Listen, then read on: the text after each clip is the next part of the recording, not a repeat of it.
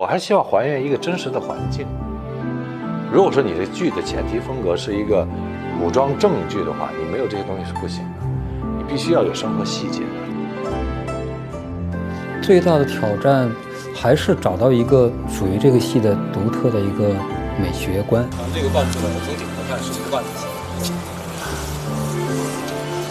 跟导演合作，觉得挺难得的吧，我觉得特别好，而且对美术这边呢是给予非常大的帮助和认可，因为他给了我们很大的空间。找到，然后我要跟导演要交流要得到共识，要跟执行部门要把我的这个感受要表达出来。美术这块就是韩老师给了一个回转一个世界观，然后呢，我们是怎么去丰富每一个世界里边的城市这些细节的工作。你看进化，进化看一眼。等会儿，他还不能这样说话不行。他这个是还得靠近弦嘛。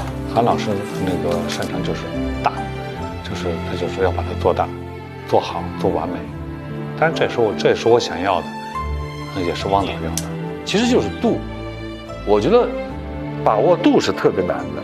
乾隆盛世是封建社会最辉煌，或者是它一个顶峰的一个时期，那个时候的国力是最强大的嘛。那我们就要把这个东西要强调出来。从颜色和质感的两方面吧。皇宫里面呢，韩老师概念就是说，他想做一个比较强烈的对比。他觉得可能在整个北京城里面，这个紫禁城应该是一个金字块一样的这么一个状态，闪闪发光的，和周围的这些普通的百姓们有一个很大的差别。在这个基础上，你给我尽量的华丽，前提是你不能假，你不能做的一个让人参观的一个地方，而是嫔妃们、皇帝真正生活在其中的一个环境。他其实除了大的世界观以外呢，跟我们提到就是乾隆盛世嘛，就是说丰富应该丰富到一个什么样的极致。对，在这里面给我们其实灌输了好多设计的中心思想吧，然后我们沿着它这方向整体往下去走，再落实。它让我一点一点的去把这个整个空间立起来，这个是觉得特别难得。就像咱们盖房子一样，从基础地基开始，木工、瓦工，然后后面的就是雕刻工，加上最后的效果。每一个场景实际上就跟东西12宫都不同，看似是一个紫禁城，它不是一个复原，不是一个写实的。一共搭了有6、7个景吧。其实我们改景的这个量其实也很大，也是本着一个原则，就是汪导聊过，就是说我们每一个小景或者散景都要按照主场景去对待。其实每个景都有一些现代元素的融合吧。我们构架这个戏的美学原理，或者是叫物质的世界观，都是一个假想的。我们还是属于一个写意的那种工作方式。把这个衣服的主题呢，这是我们画了一张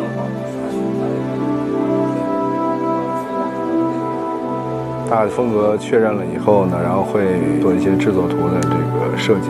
这些呢，我们都是根据在这个宫殿里面住的这个人物做的一个贴近人物性格的设计，希望把人物的性格，做得更饱满一点吧。3位新人向皇后娘娘行后拜大礼。臣妾请皇后娘娘安。翊坤宫一般都是皇后来住，里边有几个元素强调一下，就是第一，里边没有清朝的瓷器，我们都做的是宋代的5大名窑。第二个呢，就是里边有大量的这个竹子，就是竹器，它的体现出来的这种味道比较雅致，到处都是清雅之气。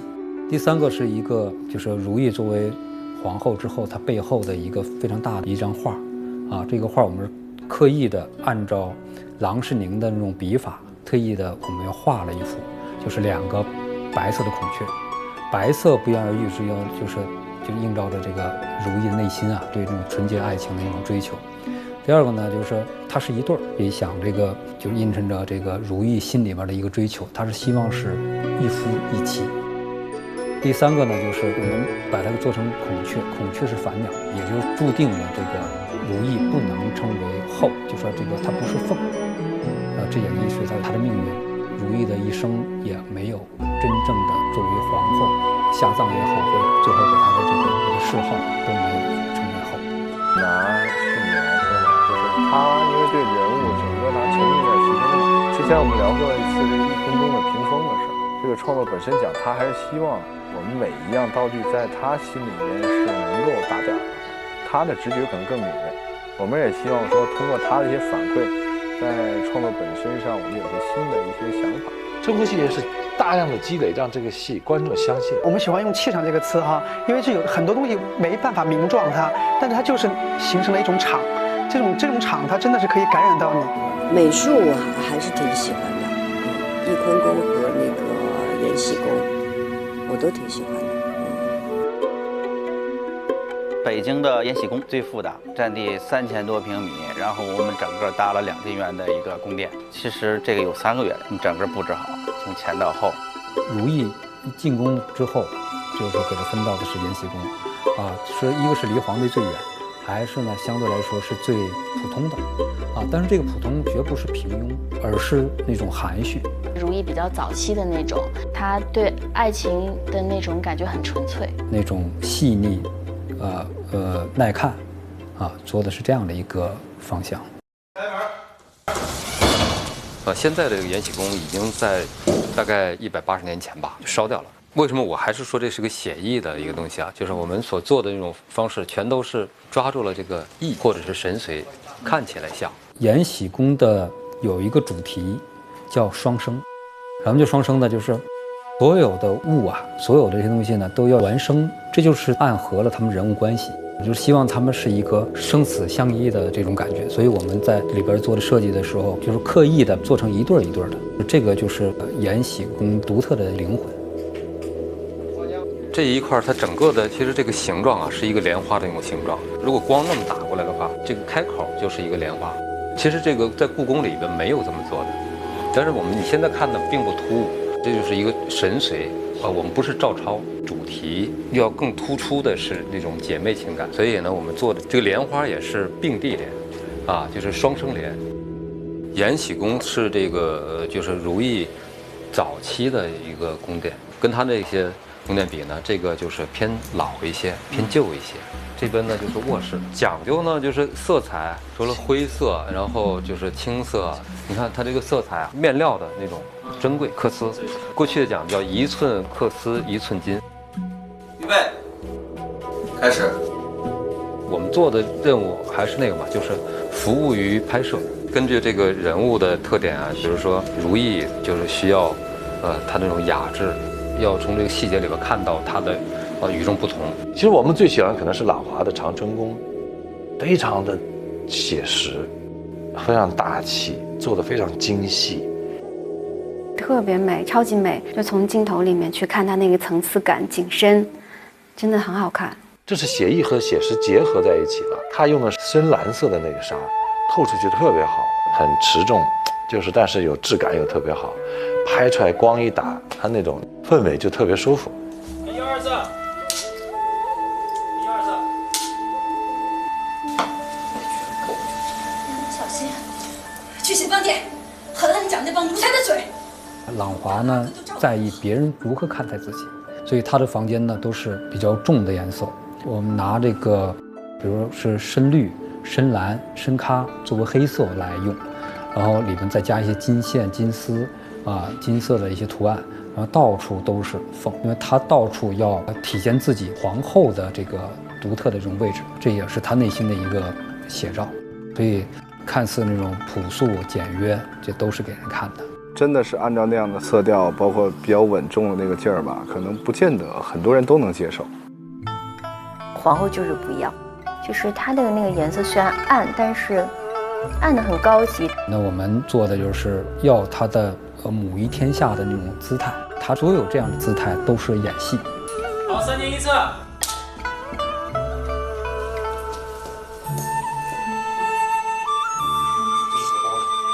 养心殿实际上就是我们这个戏的一个核心。实际上讲，纵观就是古今中外，权力最大的一个人就是乾隆皇帝。我们就要夸张，就给这个人物提供更准确的一个环境。导演的镜头下的养心殿是很漂亮的。我在养心殿，我就惊呆了，我说哇塞，怎么有这么多东西？就是很多细节很漂亮，有稍微华丽一点的，也有稍微朴实一点的，是乾隆看书的地方，比较修身养性的地方，都有不同的感觉。然后我们大致呢是这样的一个设计，一个纵一个横。西暖阁呢说的是纵，就等于是中国历史，把这个中国古代的这个文化特征或者是那种物件，把它给做到极致。东暖阁呢是偏阳，就等于就是在那个世界上全球能见到的高科技，或者是有全球那种感受的，他说的是这个横，就是横向。最难的就是养心殿的东暖阁，韩老师对这儿的要求是很高很高的，大到这个灯，小到一个手把件儿，韩老师都要琢磨的。个人最喜欢就是咸福宫，因为就是高翕月的那个宫。高翕月我们给它设计成了一个黑化版的林黛玉。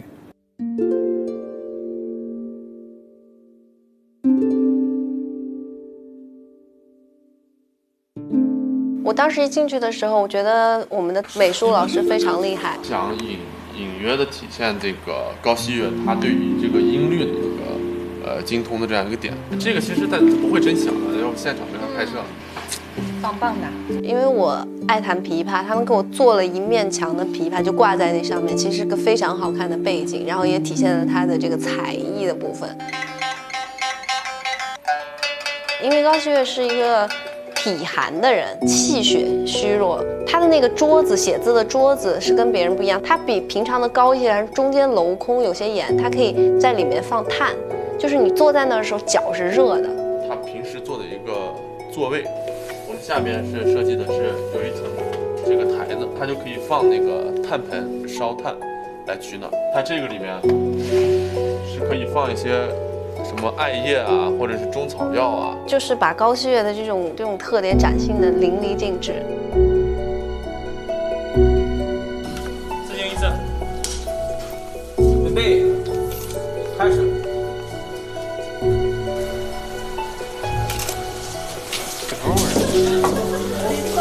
是个陷阱啊！陷阱。你看，他是从这儿，大家看一眼。他就过来，往这边来。对，因为魏婉很浮夸，就是恨不得把所有东西都戴在头上，然后穿好看的衣服，就是只要皇上能看见自己就行。按照我们的这剧本的人物来要求，把它给做成水粉系列的一个环境。我们在这个他的宫殿里边呢，就强调的是颜色、色彩。所以他的宫里就是在几个妃子当中是颜色最暗的。挂了很多绿色的帘子，然后还真的是有蝴蝶，然后小鱼缸，还特别有情趣。假装那边还有空间，你最后一站完全没有。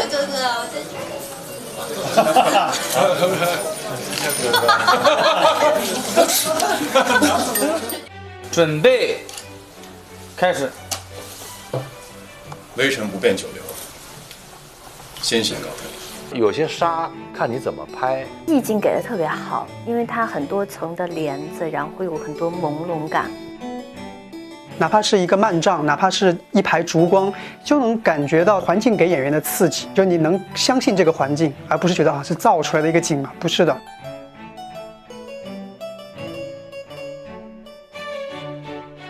后来的几个宫殿都是蛮不错的，冷宫呢，做的就很细致。成就感就是冷宫啊，交景的时候，当时这个汪导说了一句话，说这景还行，我觉得这个挺难得的，很难听到他说这样的话嘛，就是可能他的要求也比较高，对，但是我们在这里面尽量的用有限的时间去做无限的事儿吧，呈现一个像清宫戏又不太像的这么一个夹杂着现代元素的这么一个乾隆盛世的背景吧。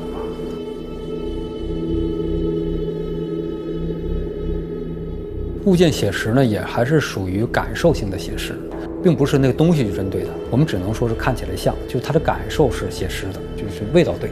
我们这个戏就是刺绣，也有手工的，还有一些别的加工的方式做的这些东西，还有景泰蓝，这个戏我们用的都特别多，还有缂丝，这个我们用的量都比较大。比如迅姐盖那被子，就我们从苏州买了好多缂丝嘛。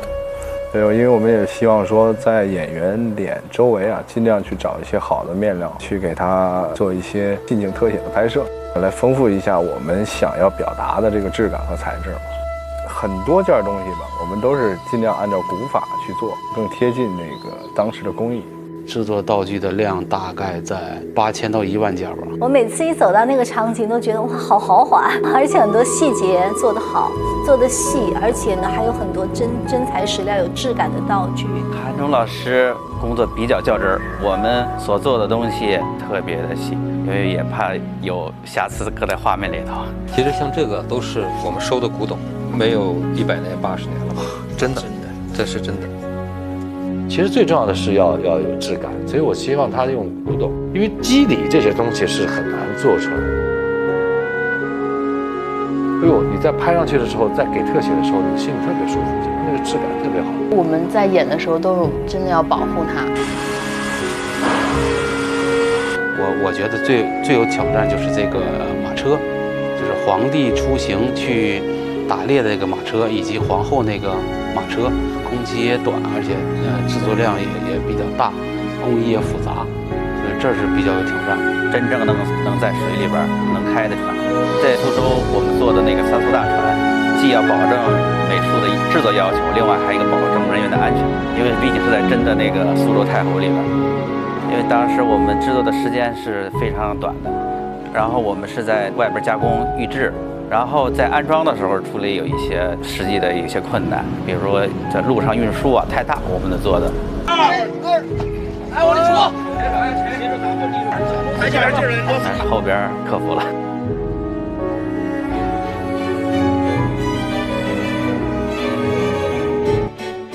韩忠这次的分寸把握得很好，就是写意和写实之间、唯美和真实之间，做了一个很好的平衡，很华丽。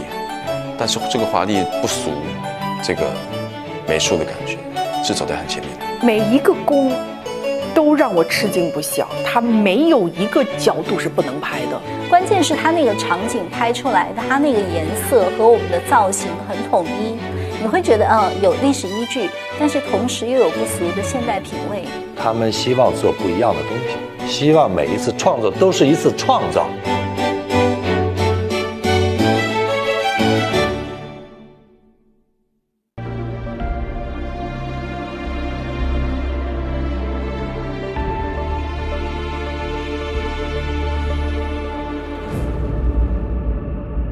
每天要面对的东西啊，让今天是一个全新的一个状态去面对。当这个镜头拿到手，从无到有，到最后自己一步一步，从建模了、材质了、打灯光了，还有合成了这些，一直到最后呈现出来，制作人员对于特效人员来说，它是一种内心的一个满足的愉悦。我觉得这是一个非常认真创作的团队，体会到各个方面每一个演员的表演，我们的场景的设计，包括拍摄，这是一场视觉的饕餮盛宴。我觉得，这个昂贵对我们道具来说，每一件东西都很昂贵，就不止它的本身的这个价值，是我们所有弟兄们付出的这个昂贵。这不要太这么轻易的产生这个满足感。我还是希望是看到一个优秀的剧目，而不是一个局部。这是一个浑然一体的一个艺术作品，希望观众能够从这个戏里边找到一个总体的感受。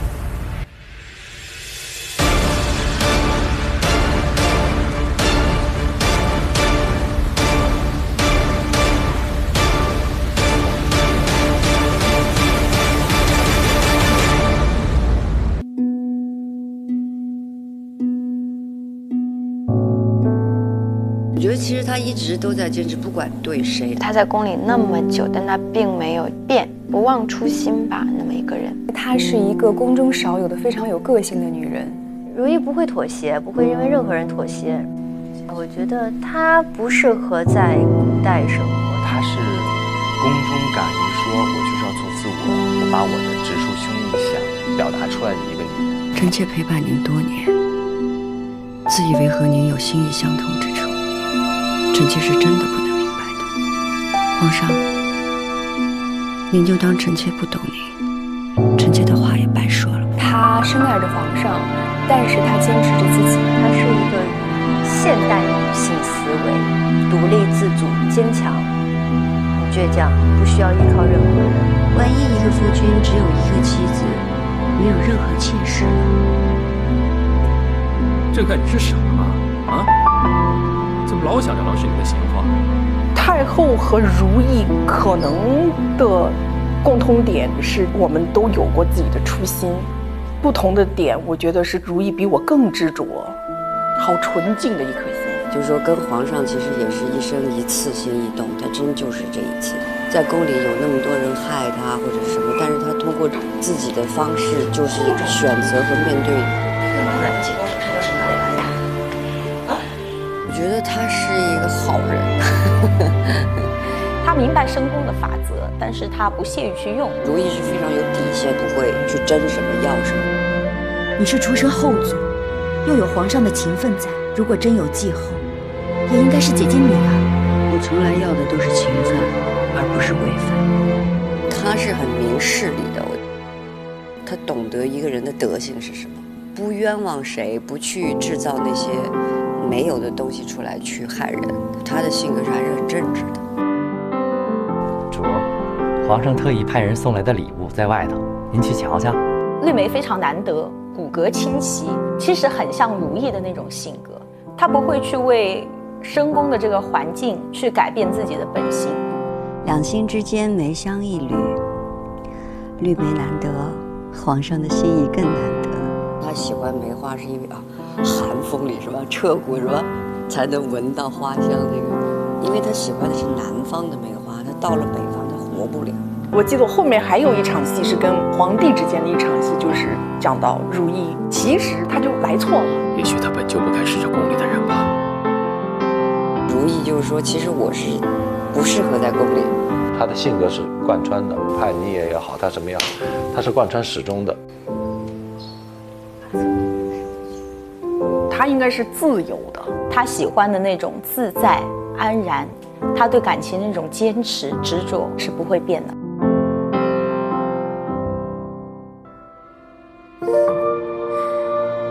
你还年轻，不懂世间完满的美好，太难了。若能如意，便很不错。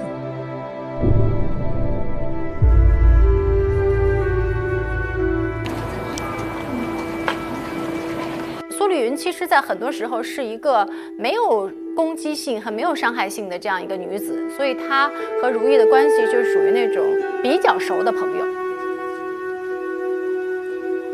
到中期的时候，兰华走了这一段时间，我觉得比较熟的朋友因为一些利益发生了分歧。哎呀，我也抚养永皇这么多年，知冷知热的疼着，闹了半天，还是不如你。祭酒礼已过，大家休息片刻吧。本宫让御膳房熬了些八宝甜汤，大家都可以用一些。在后期的时候，我觉得就非常坚定地站在了如意的背后去支持她。对如意是喜欢，然后崇拜、敬仰，反正就是当成姐姐养。剧里也有台词说，皇后娘娘就像我的姐姐一样，她是真的很喜欢、很依赖她。但如意对梅若，我觉得可能就是关爱，因为她毕竟是小嘛。然后还有就是梅若比较简单，没有那么多坏心思。我记得娘娘曾与我说过，皇上是您的少年郎。和如意可能有一种惺惺相惜的那种感觉，因为如意她也说她曾经有过一个少年郎，他们曾经非常的美好相见。其实她也没什么要求，她就是跟如意一样爱一个男人。自己心爱的人没有了的时候，就是要自杀，但是皇后娘娘就是劝她活下来吧，跟她讲了很多的道理，在那一刻可能给了她一种力量。那在深宫里面可能没有其他人跟她说一些肺腑之言，只有皇后娘娘跟她说她是非常的感激他的。他之前在皇宫里面都是从来不对任何人行礼，但是他面对皇后娘娘，他还是会非常尊敬的说给皇后娘娘请安。而且相见也是一个比较重情义的人，他说以后的话，我一定会不惜一切，我都会偿还。所以他跟如意是有一种那样子的情感的吧。哎，萱姐，我的女神，第一次跟她我们两个就单独的对手戏的时候，我这样扶着她，她这样手搭在我上面，我是这样状态的。萱姐说：“你不要抖了好吗？你一抖我也紧张。”不是违背自己良心的事情，索性都愿意去为如意做。其实索性就是一个如意身边的连接各方面这样一个桥梁，跟江雨冰的这个关系和李煜的这个关系，导致他们最后都非常忠诚于如意。如意娘娘这个人是非常好的一个人，因为我还有点喜欢索性嘛，我也会对她的主子好，因为她的主子好了，她才能好。后面有一场就是如意帮我上药，在宫里一个娘娘会给一个奴才蹲下来上药，我觉得那场戏是他彻底的走到如意那一边去了，然后让他快乐的。我只能说，他超越友情，不单纯，涵盖了很多。有些时候我们演着演着就是说，你是不是爱我呀？就那种。哪怕到最后他们有了矛盾，其实什么都不用说，又能够懂得对方，谅解对方。所有的事情都是为我好，我都能理解。海兰觉得如意是温暖的，是仗义的。红楼炭事件的时候，如意来救他是那样的奋不顾身。海常在也是皇上的嫔妃，你不能当着奴才们的面羞辱她。你脱了她的衣服搜身，你不是要了她的命吗？就是他是有一种，就是我只要他开心，我只要护着他就好了。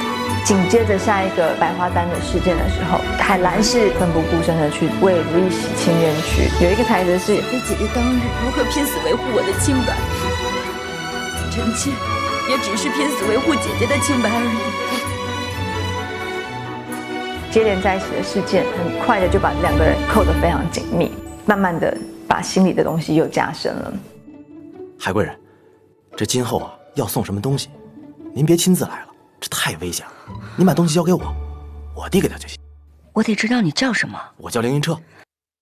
我觉得如意的价值观、个性上面跟凌云彻之间还是有共同点。就拿现代话来说，是三观相同。他跟如意之间的界定就像无论你走多远，无论你经历了什么，只要你回头，我凌云彻永远会默默地为你打这把伞。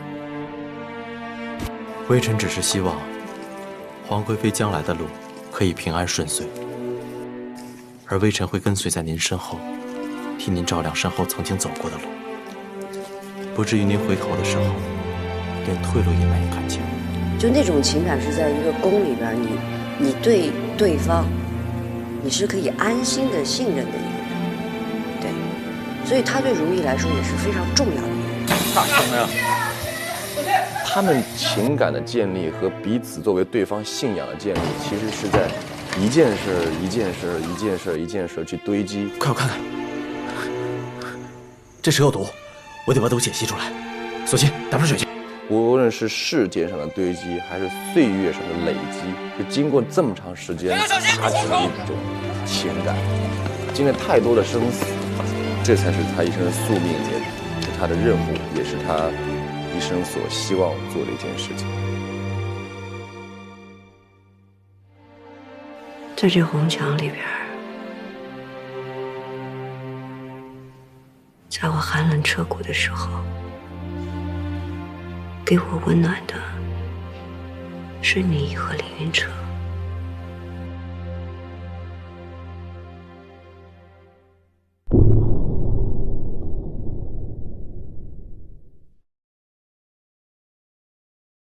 周迅在表演上品格也好，风格也好，气质也好，根据如意的这种现在的表演有一个提升。从一个小女孩委屈，脑子里都是幻想的，有点叛逆的一个青年，慢慢变成一个皇后，她这一切非常清楚。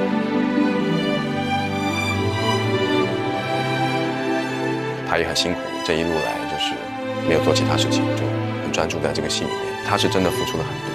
拍戏的时候没有太多的时间，每天都台词啊什么的。他非常认真的在看剧本、在揣摩角色。有些时候他会说，那如懿这个时候会怎么想啊？如懿这个时候一定不会这样啊！真是佩服他，我真是太用心了。那种台词量，他头天晚上得做了多大的功课呀？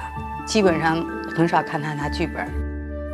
你要知道，他是属于那种认真到一个词一个词都会去细细琢磨的人。就是他每天做足了功课，他每一场戏都有自己的想法和见解。最细的一组镜头就是有一场戏刚跟皇上吵完架，周迅老师要看，印象特别深，是有特别细腻的点出现。他有一个过门槛的时候停了一下，他看看他那场戏是怎么表现的。然后有没有到位？他觉得不 OK 的话，他可能会要求再重新来拍这场戏之类的。周迅的表演也非常非常的吸引人，而且能够有很强的代入感。演戏下来的感觉都彼此觉得很舒服。那很多东西都是剧本上没有的东西，但是因为我们都在那个角色里面，都是很好的朋友，所以到最后是基本上都没有什么不用去交流了。他的戏呢是绵里藏针。看似很散淡的这样戏当中，他内力很大。他是一个非常有灵魂深度的演员，我不敢使劲对着他眼睛看，我觉得他眼睛非常有杀伤力，强大的力量会包裹你。胆大妄为，祸乱国政，桩桩件件，哪件冤了你？我也不敢了，让他饶命！你说不敢了，你这一定会被顶罪吗？我觉得迅姐很多东西不是我们能够学得到的，是她就骨子里的东西。她杀伤力不是攻击性，她的眼睛很深邃，你知道吗？很大，然后你会看进去，会想她在想什么，就会被她带走。所有东西都在眉宇之间。迅姐的眼神有一种探究人的一个感觉。用眉宇演戏，用气场演戏，用你眼神去演戏。他的演技是出神入化的，演这么好，真的是这个人的生活经历、阅历到那儿了。就一路看他这样，越演越好，又那么敬业，而且又那么上心。她真的是一个很有精灵气的女人。看她处理一些感情戏，我觉得哇，那分寸感简直太厉害了。我觉得真的是好演员都是用心在演。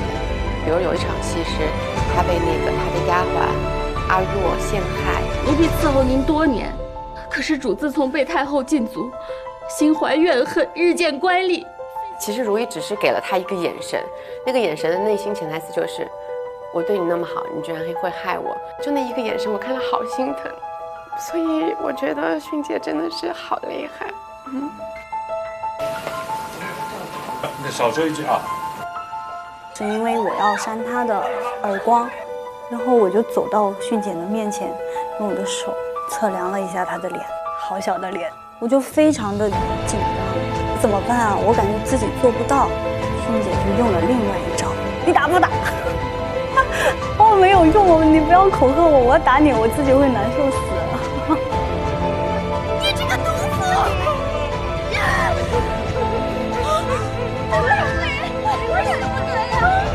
我不是说科班出身的，我并不知道我这下手到底重不重，我也不知道它到底疼不疼。打动了，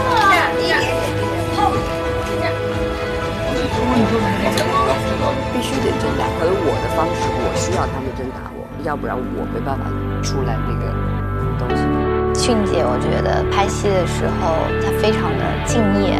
有一天就是我和美若去送她一场戏，她就坐在马车里，因为那个马车非常晃，机器要架在里面。副导演就说：“迅姐，你不用去帮他们搭戏了，让我们自己演。”然后迅姐说：“哎，不行不行，我还是得上去，要看着她的视线，她一定要自己亲自去帮你们演。”所以那个时候就觉得真的是非常非常的感动。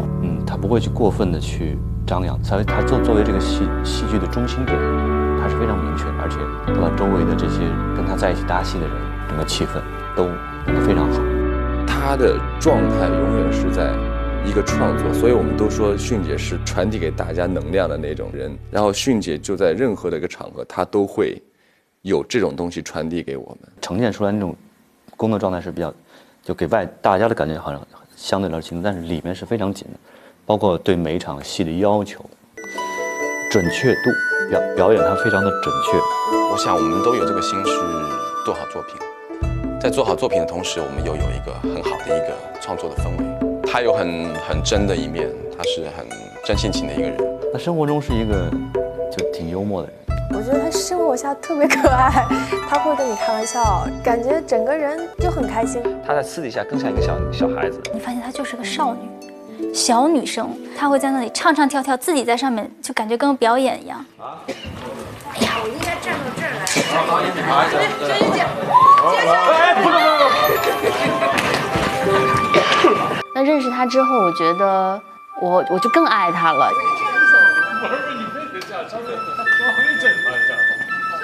我觉得他像一个小朋友一样，有的时候在现场，他说，想吃一个什么东西了，我觉得他眼睛里都泛着光，说着说着口水就流下来了，然后他自己就会在那笑自己，特别可爱。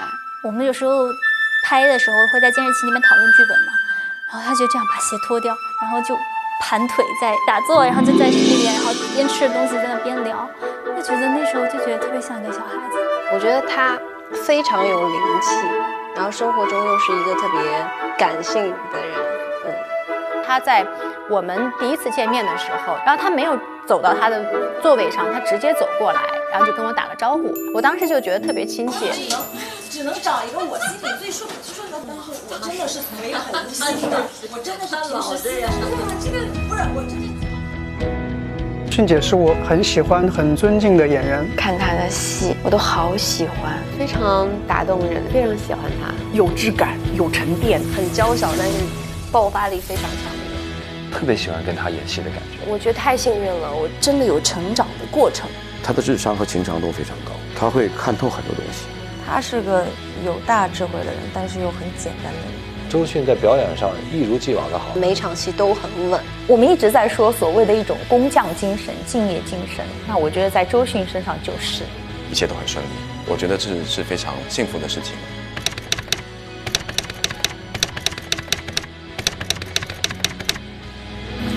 挺棒的，是的呀，我觉得他大概有5000个珠子吧。我们拍剧照的时候，它是分吉服跟潮服，那个潮服就重的大概有10斤，坐的都很累。我们其实穿潮服穿的很少，我只穿过皇后册封的那一场。起，帝后同心，万事齐昌。说，帝后同心，万事齐昌。那天其实很壮观，大场面，然后而且所有的妃子都穿了朝服。皇上万岁万岁万万岁！皇后娘娘千岁千岁千千岁！因为那个帽子就搁在这儿，这儿基本上就搁了一个印儿。对啊，有好多人第2天这个地方还在青紫，一直压着你的脑袋，然后你抬不起头来。很重是吧？特别重。那个梅洛，就很沉。我刚开始拍那几天就是头疼，拍到下午就开始头疼，然后我的头发掉了很多。觉得我这部戏拍完，基本上练了铁头神功，铁头神功就练成了，每天感觉像顶了个行李箱一样。有，拿来用了。有没有迷信啊？那你有没有给唱歌呀？没有，我们绝对是神还原。他那个妆容呢就是造型师给我们的一些老的那种图片嘛。然后我们是照着那种感觉去做发髻，去买饰品。洗手间就是得这样子，螃蟹走路。进车的时候也是。因为那个蒙古头实在是太大太重了，我经常就是拜那种大拜的时候下去以后就起不来了，就是必须要人拖起来，就是他直接栽过去了那种。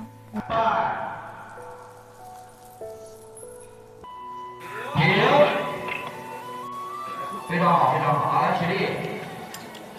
对于他来说应该比较困难，加上发髻，加上饰品，可能有10来斤那么重，每天顶着他都很痛苦，就很容易往前遮过去，然后就必须自己在那儿控制住，所以看起来很简单，其实就是要对抗这个的力量。这部戏的话，我们比别的戏投入的点翠的数量是多3倍到4倍，都是真材实料。我们的头饰上面有很多就是很好看的颜色，像景泰蓝那些东西，包括是点翠，那个是最贵的，一个小小的头饰都是钱，所以我们都特别谨慎，因为走路的时候怕甩了掉了，赔不起呀。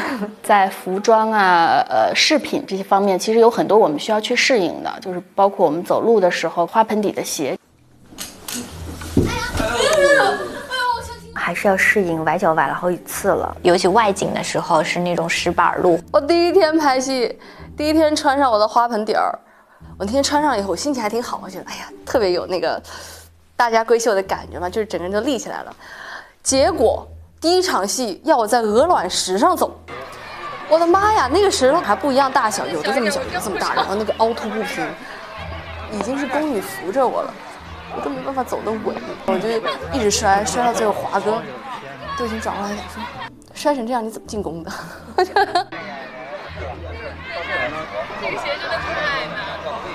我们戏里的服装，我最喜欢的是迅姐的，制作工艺都很复杂，每一套都是手工的。周迅他说他很希望跟张老师能够有一次轻功戏的造型合作，跟阿叔其实是第一次真真正正的这样子，对于一个角色来讲是第一次。在这之前呢，周迅也没有演过轻功戏，张树平老师也没有做过清朝的服装造型，所以呢，这次大家都觉得很新鲜所以也谈得很顺利那就开始合作，一拍即合。我的头是真的每天编出来的，它不是只是一个发套。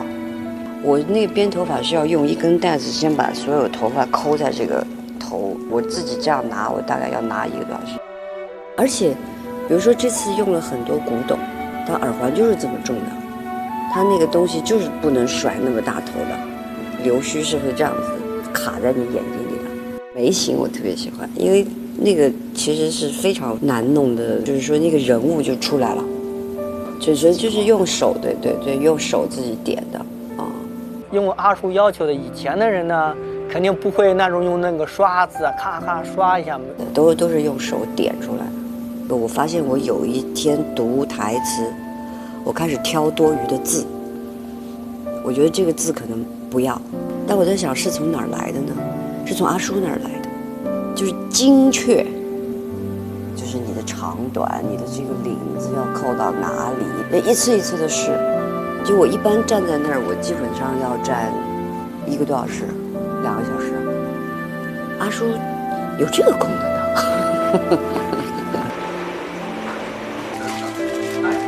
难得了，很乖。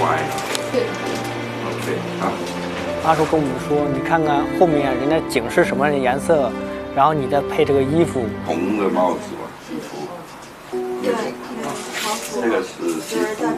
每个造型我们都会发照片给他看的，然后他每次都很细细的给我们看，哪个东西不行啊，用红笔给我们画出来。他眼睛是很有力度的。对，我就是喜欢我的衣服，还有我的帽子啊什么的。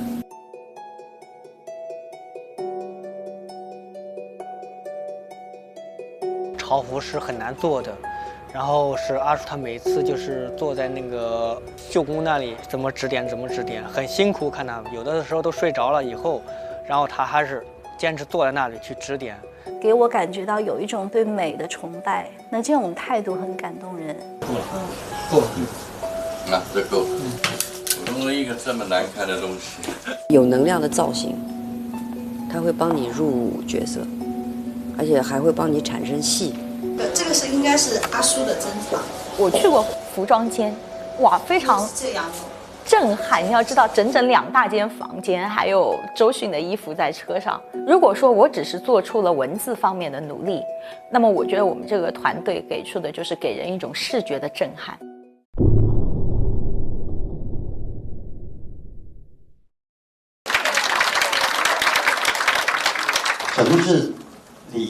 什么是礼节？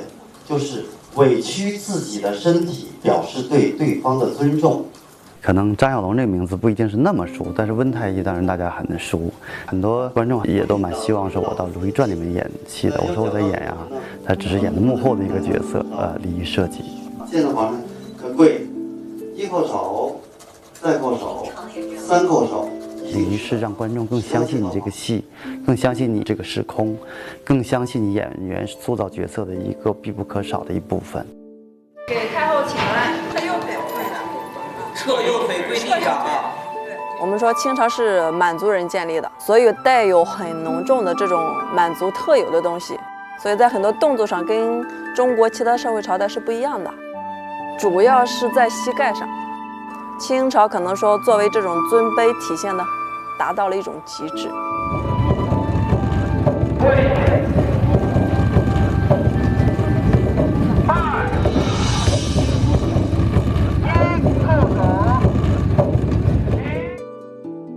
比如说婚丧嫁娶这些事情，祭祀这些事情，跟礼俗有关的事情，大到这些卢比一丈，小到一个举手投足，我们需要这个整部戏的仪式性的东西，因为有没有仪式感，对一个古装戏历史剧来说太重要了，它能够让你的戏更厚重。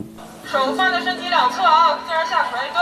勾起你的手，咱们进行下一个动作，来拜。看自己的双手的距离啊，放的位置对不对？帽檐触地。我刚才也给通过不同的礼节，一是表达自己内心的尊重，其二呢，也是为了维护一种秩序，就是你通过这个礼的大小来区分每个人身份的不同。我很喜欢礼仪部分的东西，会帮助我们来塑造角色。刚开始还是会有些不太适应。周迅老师的第一天拍戏的时候，我们就遇到了一个很大的难题，就是俯身3拜。当时他是这样说的，他说没有关系，你就告诉我怎么做就可以，因为你是礼仪指导老师，我就听你的。我就跟他做了那3个动作，做的特别完美，比我示范的要好。周迅是我最喜欢的演员之一，他是艺术家级别的，但他能够看这些人去指导他的礼仪，甚至于指导他演戏的过程中用一个什么样的礼仪来演戏，这个是很难的。我们的礼仪指导要有一个什么样强大的内心，然后周迅老师他们要有一个什么样的包容温暖来鼓励礼仪指导。其实我的礼仪真的太少了，我是算比较幸运的。相对来讲他们会很辛苦，其他演员他们随时都要有那么多的大礼，而且他们这些妃子要跪下什么都不容易，因为他们的衣服很长，还要配合对白，配合情绪，其实是蛮不容易的。有一场送杯的时候，那个大典一提气都要做，哎呀，这个挺难的，这跟瑜伽似的，一提气拜就很细很细的。行6肃3跪3拜礼。1肃，肃就是吸气，每个肃就是吸气啊。1肃，跪。6肃3跪3拜大礼，这是真累。6肃就是提气，跪下来，再提气，再拜，然后站起来，这是1轮，要跪3次。2肃，拜。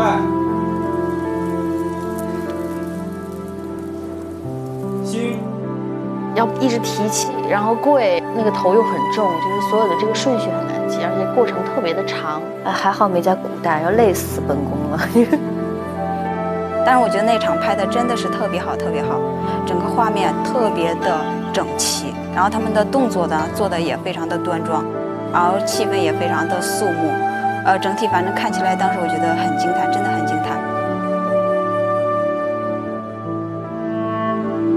一进宫的时候对皇上行礼的时候就跟别人不一样，就是双手这样子，然后咔搁在胸前这样子。现在只要见谁说什么话，我都知道该行什么礼。走路先走哪只脚啊？就是踏门框的时候先踏哪只脚啊？然后该行什么礼啊？我都是还挺感兴趣的。比如说在室外的时候，嫔妃之间是有这样的礼，那在室内的时候这个就不能用。最不容易的，我觉得其实就是老要跪。我们有一场戏是金玉妍刚才我说被打的那场戏，我们不是所有妃子都跪在那儿吗？当时特别逗，刚开始拍的时候，婉英还说。我不用那个护膝。我说你真的得用，没事，一会儿就起来了。拍了一个镜头，自己起来说啊不行，服装老师给我一个护膝。真的呀，因为我没有想一跪要跪那么久呀，结果跪了一会儿之后，发现真的要疯。你让我们带着护膝都觉得疼，他不带护膝根本就是不可能。我也会经常看见迅姐就是在现场就要做一些舒展运动，就撑一撑手啊。所以其实一天下来，穿那个衣服走那个路，戴那个头饰，也挺累的。动作，现在在你基本站姿基础之上啊，一起来，跪。宫女特别难，每天都得站着，而且还要有一个形体，腰酸背痛腿抽筋，拍完了立马就爱拍呀，捶捶腰啊。我站了8个月，我觉得我现在特别强，我的腰肌，所以就觉得太不容易。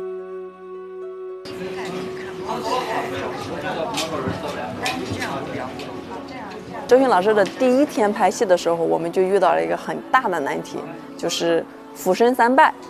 当时他是这样说的，他说没有关系，你就告诉我怎么做就可以，因为你是礼仪指导老师，我就听你的。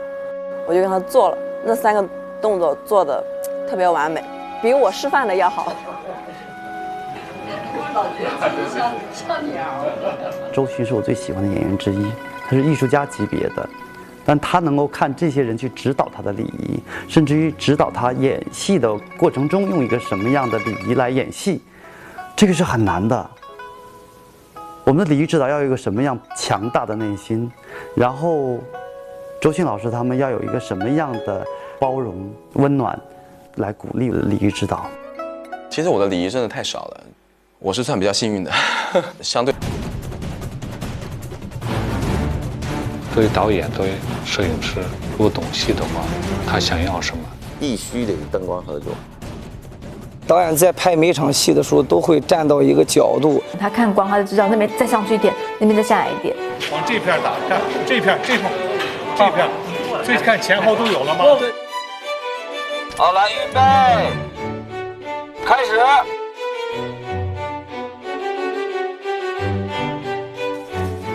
停，好。拍你的手得了。坝上的条件相对比较艰苦一些，所以我们每天都要比大队要提前2到3个小时，然后去做准备工作。兄弟姐妹们都开心一点啊！舞蹈演员也要面带笑容。来，预备，开始。当天我们去到坝上之后，看完场景，然后第2天就要拍了。导演说：“那我要20个摔跤手，18个马头琴，还有一对那个蒙古的那个稀有的那种鼓啊，然后还有那种塞，然后舞蹈演员我要20个舞蹈演员。”这个舞蹈主要是我们蒙古族的安代舞，蒙古族人就是家里来到远方来的客人，我们要隆重的招待的时候，我们姑娘们就会跳起舞来，就是表示对我们客人的一个欢迎和对自己一个热情的表达。感谢这些所有的工作人员，我觉得他们为这个戏贡献了很多，也很敬业，也很专业。古装戏，尤其是长篇古装剧的一些经验，它可能跟现代戏的操作，它确实是不一样的，也包括甚至跟人与人之间的打交道的。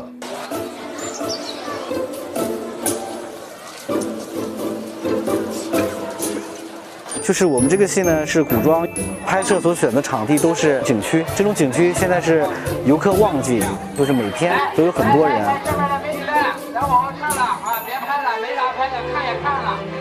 还有就是我们这些明星演员，他们的造型啊、服饰啊，都是不能向外透露的。你们都跑来干嘛的？我们跑来看华哥的，我们来看华哥，来看华哥。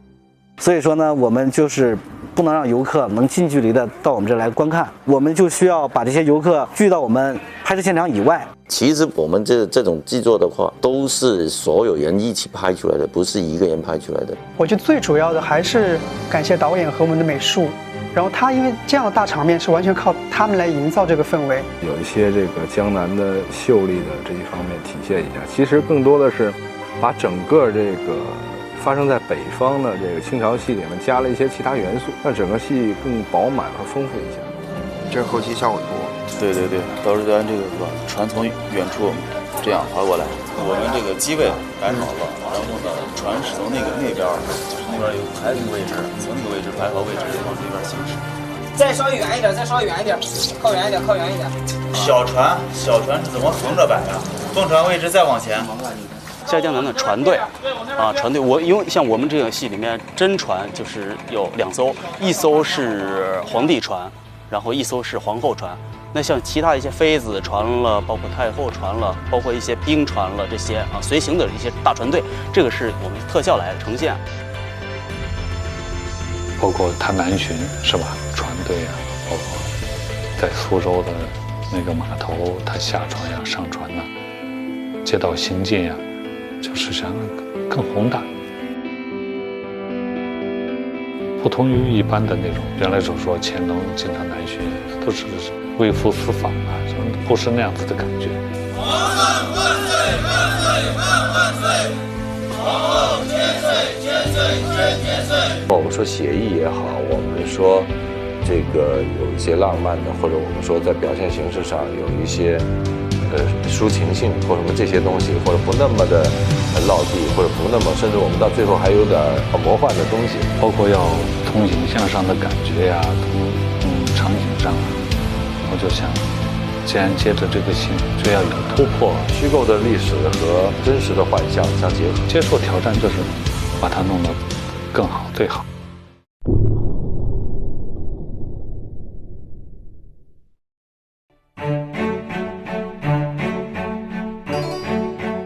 我们《如懿传》是从北京转到坝上，再从坝上转回北京，再从北京转到苏州，苏州再转到余姚，余姚再转到横店。从艺以来拍过最长时间的一部戏，基本上经历了春夏秋冬。那时候夏天特别热，然后我们棚里面也特别闷，然后现场还放烟，然后灯光照着我们，又戴着毛领，然后迅姐捂着棉被，我在那儿烤着炭盆儿。位置都别冷冻了，做好的位置。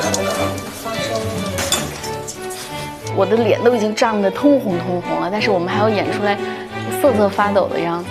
喝了姜汤软乎多了，阿若你也把姜汤喝了。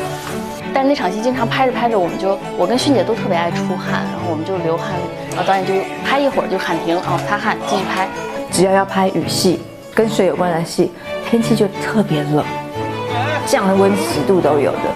拍戏那个时候会特别辛苦，而且因为我皮肤过敏，对那些水在身上在脸上特别难受，我可能要先上一层油去隔掉一些跟水的缝隙，然后会有保鲜膜打底。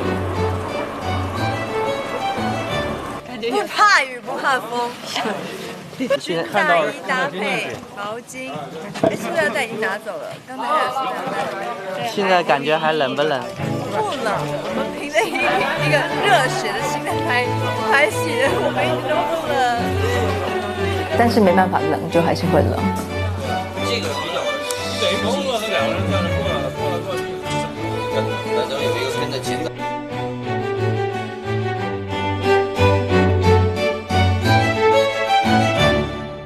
其实完全是要跟戏走，跟情绪走。不管雪呀、雨呀，基本上都是咱们人工去做，需要提前的去找它合适的那种位置啊。这马上拍了，现在觉得好重啊，衣服好重啊。很费功夫，而且呢，雨的大小，一会儿雨大了，一会儿雨小了，或者这边有了那么没有，你就要不停的去调整。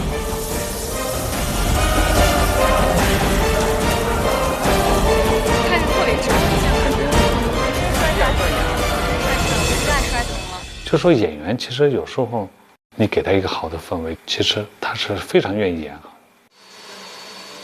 有雪有雨，雪机的位置啊，都是我跟他们去定。我说镜头在这儿，你下雪的机器在这儿，你从这儿开始给我下。你这撒的是什么东西啊？碘化盐。碘化盐，你是用它做雪吗？对，用它做雪，道具雪。有问题大家一块想办法，不管是我们的导演还是咱们的主演。我们每拍一场戏都会要有一些烟雾缭绕的感觉，就会拍出来质感上面会比较好。每天都会熏那个咖啡豆的味儿。咖啡的这放烟的这个是我带进来的。我说先这么点着，然后拿这个小风扇，看这么吹，烟就出来了。原来他们说拿烟饼，我说我不同意，但因为你放烟不是1天2天啊，如果都拿那烟饼，烟饼就是松香跟那个什么各种各样的化学物品弄在一块儿的，跟你这个咖啡豆自然的燃烧，它毕竟还是不一样的吧。然后一熏就是一天，本来特困，然后一熏那个味儿就醒了。这个是我比较高兴的，能为大家能做一件事情，而且呢，我自己也比较受益，自己的健康也没有，也得到了一种保证。为了防止这个木柱子都被烧掉，所以说我们就提前把它打湿。我有时候有一些包括厂务放烟，都得要配合合作。每一个部门其实包括你常务，常务帮你弄个大炮，弄个轨道，弄个必须的，就包括你景道具。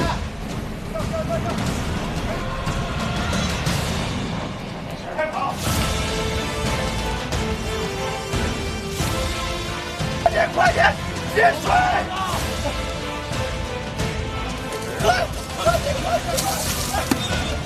我上去救的时候，李玉拦着我不让我上，他一抓就刚好抓到我的辫子，就把我的假发全给拽下来了。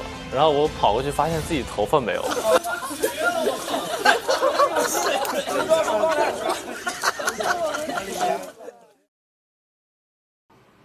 准备，开始了。